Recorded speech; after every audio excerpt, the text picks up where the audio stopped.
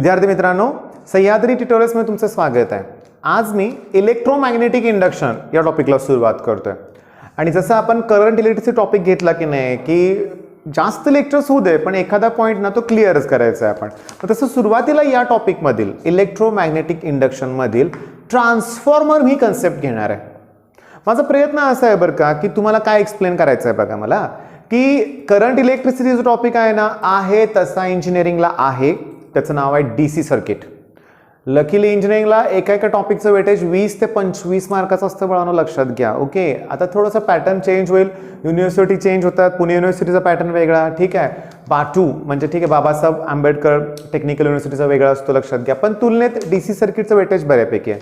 आता हे ट्रान्सफॉर्मर आहे ना, ह्याचं नाव आहे एसी सर्किट। म्हणजे इंजिनिअरिंगला ट्रान्सफॉर्मर वरती सुद्धा एक टॉपिक आहे। इलेक्ट्रोमॅग्नेटिक इंडक्शन मधला हा पार्ट आहे। इलेक्ट्रोमॅग्नेटिक इंडक्शनचे 2 ते 3 टॉपिक असतात इंजिनिअरिंगला, नाव असतं एसी सर्किट, लक्षात घ्या। आता ट्रान्सफॉर्मर बद्दल तुम्हाला काय माहिती आहे? ओके, मला सांगा ट्रान्सफॉर्मरचं फंक्शन काय, लक्षात घ्या, समजून घ्या मी काय सांगतोय। त्याचं प्रिन्सिपल काय आहे? It works on the principle of mutual induction. म्हणजे एका कॉइलमध्ये ना फ्लक्स इंड्यूस होतोय, तो दुसऱ्या कॉइलमध्ये लिंक होतोय आणि तो जे काय rate of change of flux आहे त्याच्यामुळे ईएमएफ इंड्यूस होतोय, म्हणजे आहे ना mutual induction.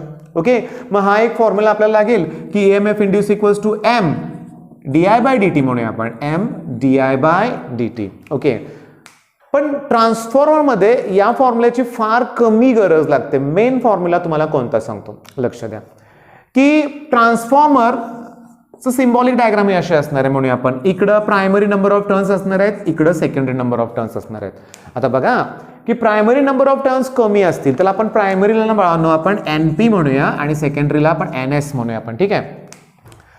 Primary number of turns कमी असतील आणि सेकंडरी जर जास्त असतील तर हा ट्रान्सफॉर्मर काय करणार की कमी व्होल्टेजला जास्त व्होल्टेजमध्ये कन्वर्ट करणार, मग त्याला आपण स्टेप अप ट्रान्सफॉर्मर म्हणायचं, स्टेप अप, ठीक आहे। पण प्रायमरी नंबर ऑफ टर्न्स जास्त आहेत आणि सेकंडरी कमी आहे, स्टेप डाऊन ट्रान्सफॉर्मर। आपला मोबाईल चार्जर बघा ना की आपण त्याला प्लग मध्ये जेव्हा लावतो ना तेव्हा प्लग मधून त्याला 240 वोल्ट मिळतं, बरोबर आहे, पण तो मोबाईलला 12 वोल्ट प्रोव्हाइड करतोय, झालं का स्टेप डाऊन ट्रान्सफॉर्मर म्हणूया आपण, आलं का लक्षात? स्टेप अप स्टेप डाऊन हे दोनच टाईप। आता मला सांगा स्टेप अप किंवा स्टेप डाऊनच वापरला पाहिजे ना आपण, आणि इकडं नंबर ऑफ टर्न्स आणि इकडं नंबर ऑफ टर्न्स सेम असून काय उपयोग आहे का? नाही आहे।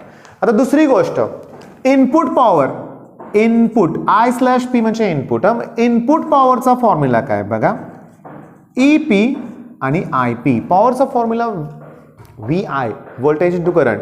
मग मी प्रायमरीला ईपी म्हणतोय आणि प्रायमरी करंटला आयपी, आणि दॅट इक्वल्स टू ES आणि IS। हे कधी माहितीये का?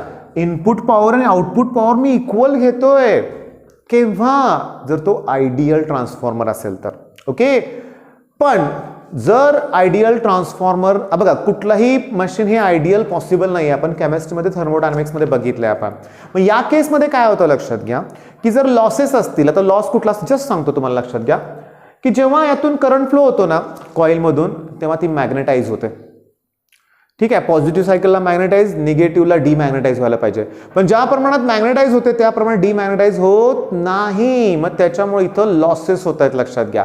आणि त्याच्यामुळे आउटपुट पॉवर ही इनपुट पेक्षा नेहमी कमी असते, लक्षात घ्या। कशामुळे? Due to losses. आता हे जे सिम्बॉल काढतोय ना हे इफिशियन्सीज आहे, हा शब्द आपल्याला सारखा येणार आहे पुढं, efficiency.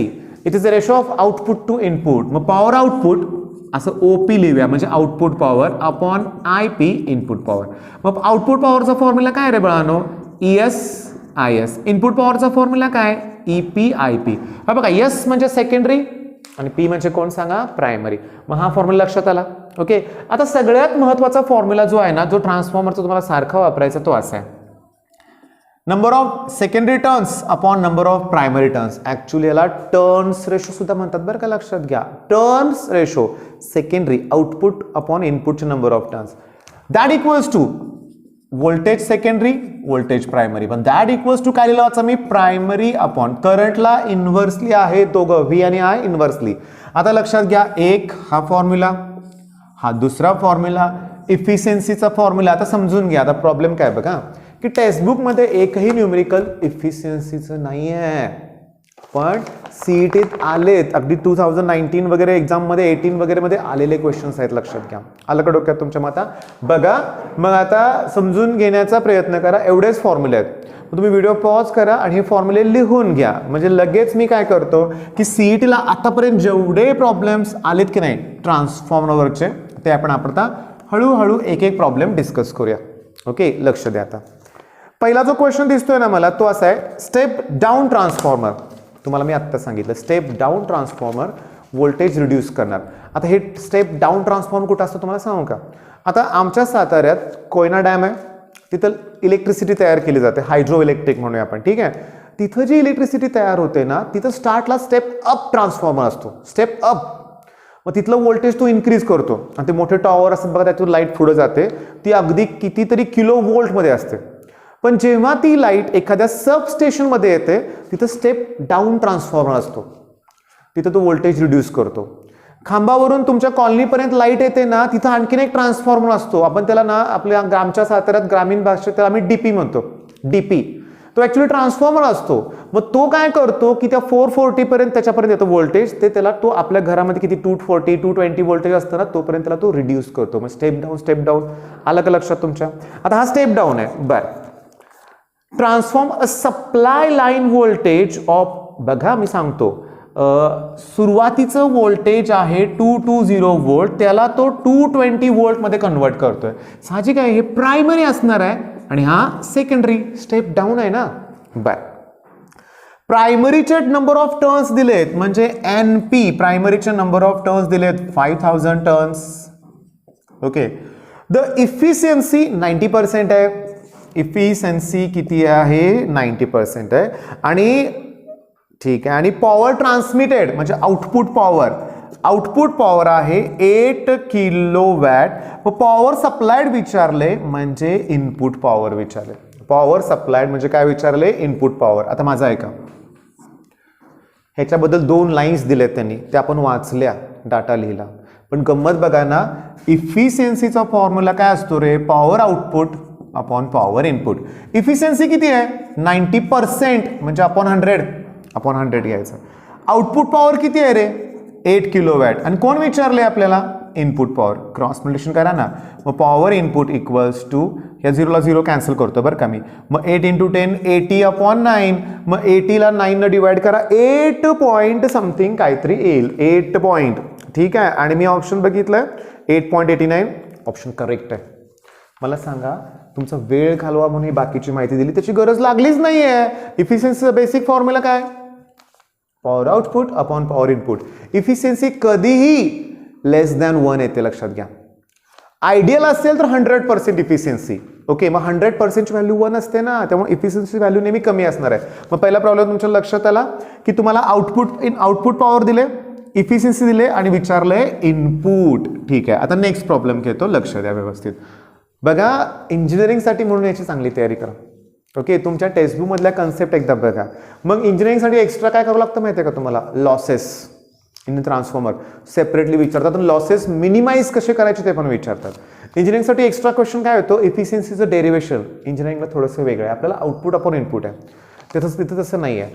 Output upon output plus losses असतात त्याच्यात, लक्षात घ्या. मग 8 मार्काचं न्यूमेरिकल असतं बेसिक इलेक्ट्रिकल इंजिनिअरिंगमध्ये, त्यामुळे ट्रान्सफॉर्मर मोस्ट इम्पॉर्टंट कन्सेप्ट आहे. आता नेक्स्ट प्रॉब्लेम बघा. परत एक ट्रान्सफॉर्मर आहे आणि used to light a bulb of 100 watt. म्हणजे तुमच्या लक्षात आलं का की तो ट्रान्सफॉर्मर 100 वॅटच्या बल्बला पॉवर देतो, याचा अर्थ ती आउटपुट पॉवर असणार आहे.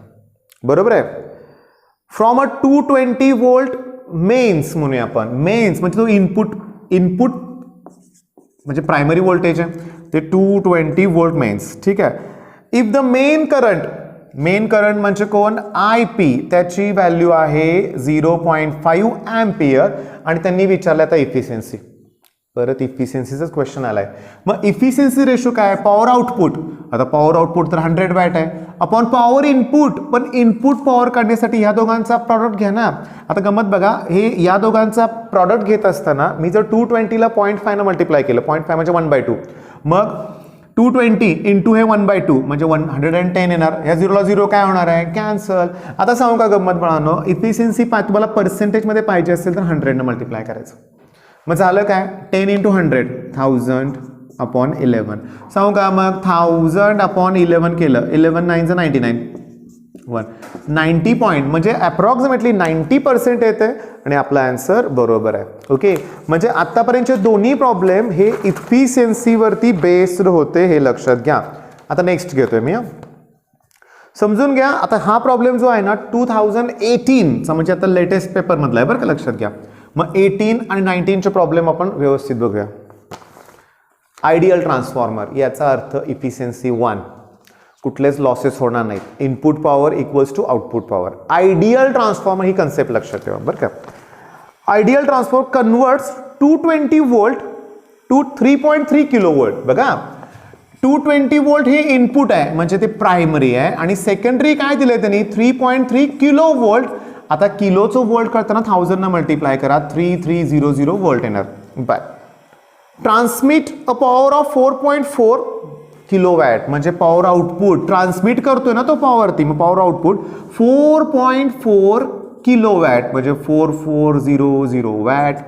बघा आपण गिवन डाटा व्यवस्थित लिहून घेतोय. मग तुमच्या लक्षात आलं का या प्रॉब्लेमला 1 मिनिटापेक्षा जास्त वेळ लागत असेल तर तुम्ही ना काय करा की स्किप करून शेवटी सोडवा. ओके आता बघा प्रायमरी नंबर ऑफ टर्न्स म्हणजे प्रायमरी कॉईल हॅज 600 टर्न्स म्हणजे number of turns in the primary 600 दिले आणि alternating current in the secondary coil IS विचारलंय. IS समजून घेण्याचा प्रयत्न करा. अरे आउटपुट पॉवर दिले ना मग तोच फॉर्म्युला वापरायचा.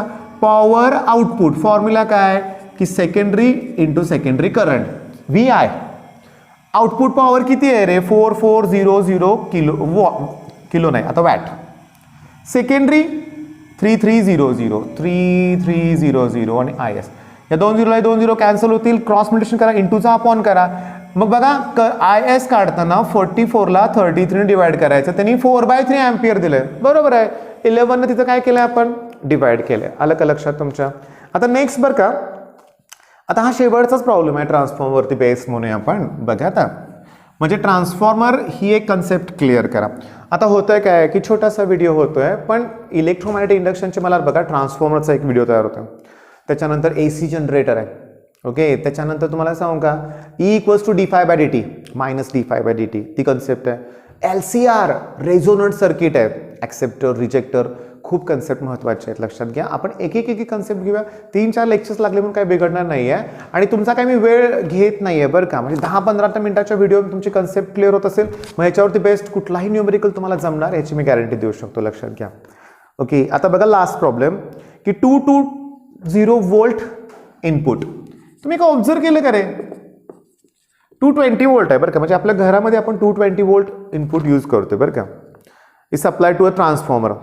त्यांनी काय म्हणलं आउटपुट करंट इज 2 एम्पियर. बघा आउटपुट करंट म्हणजे सेकंडरी तो आहे 2 एम्पियर ॲट 440 वोल्ट. बर सेकंडरी व्होल्टेज आहे 440 वोल्ट ठीक आहे. बर output to input power ratio म्हणजेच इफिशियन्सी ती आहे 0.8. हा 2019चा आहे गेल्या वर्षीचा आहे ठीक आहे. Current drawn by the primary म्हणजे करंट म्हणजे IP विचारलाय करंट इन द प्रायमरी. मग मला EP IP अरे इफिशियन्सीचा फॉर्म्युला वापरूया ना. इफिशियन्सीचा फॉर्म्युला काय पॉवर आउटपुट म्हणजे काय येणार सांगा सेकंडरी पॉवर इनपुट म्हणजे काय येणार EP आणि IP. आता एक काम करूया तुम्हाला काय विचारलंय IP विचारल्याने बाकी सगळ्या व्हॅल्यू दिल्या असणार आहेत. बघा इफिशियन्सी दिले 0.8 म्हणजे सांगू का ऍक्च्युली ते 80% आहे म्हणून 0.8 दिलाय ठीक आहे. आता ES सेकंडरी ES आहे 440 वोल्ट 440. IS 2 एम्पियर आहे. EP 220 आणि IP मला फाइंड आउट करायचं. क्रॉस मल्टिप्लिकेशन करा. हे IP इकडे आणा लक्षात घ्या. सांगतो बरं का 440 ला 220 ने डिवाइड करा 2 येईल. याला यानं डिवाइड करा 2 2 जा किती आला सांगा 4 डिवाइड बाय 0.8 पण 8 आणि वरती 0 द्या ना पॉईंट कॅन्सल करा. त्याच्यामुळे त्यांनी दिलेला आन्सर आहे 5 एम्पियर आणि आन्सर करेक्ट आहे. मग लक्षात आलं का. मग आता काय करायचं आहे की ट्रान्सफॉर्मर पहिला बेसिक थिअरी वाचा. त्याचं प्रिन्सिपल आहे म्युच्युअल इंडक्शन.